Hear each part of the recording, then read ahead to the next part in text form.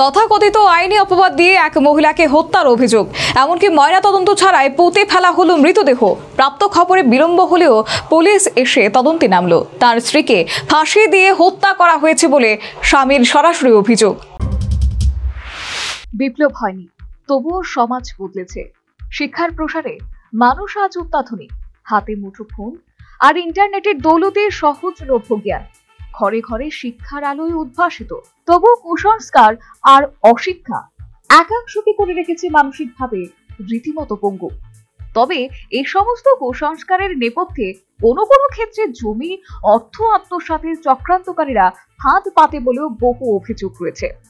এর মধ্যে তথাকথিত ডাইনি অপবাদ দিয়ে এক মহিলাকে হত্যার অভিযোগ উঠল সিধাই থানাধীন মনচরণ কোবরা এলাকায়।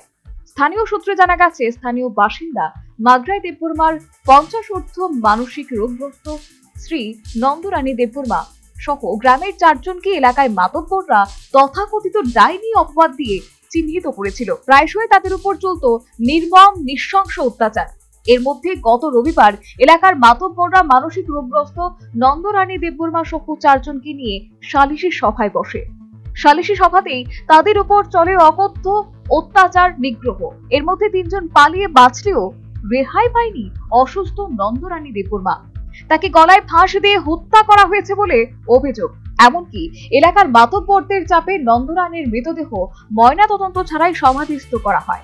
তা জানাজানি হতে মঙ্গলবার সিধাই এবং মান্দায় থানার পুলিশ সহ ফরেনসিক দল এসে ঘটনার তদন্তে নামে। এই অবস্থায় তার স্ত্রীকে গলায় ফাঁস দিয়ে হত্যা করা হয়েছে বলে সরাসরি জানালেন নিহত নন্দরানীর স্বামী মগরাই দেববর্মা। তুমি মাপ চাইয়া সাইরা গেছে একজন, আর একজন হইলে কিটা হয়েছে আমি দেখছি না, ইটা হইলে কেমনে গেলে পাইলে গেছে, আর 2 জন হইলে আর রেহে নাই। হইলে লয়ে গেছে আমার বউ, একজন লয়ে গেছে, আর একজন ওই যে গ্রাম প্রতিবাসী আর একজন হইলে লয়ে গেছে। শুধু আমার লগের হইলে আইয়া দলে দলে আইয়া, আর একজন হইলে ওই পালিয়ে গেছে। আমার লগে হইলে শেষ ইটা না, ওই উল্লাডিয়া ফাঁসি জিতাছি।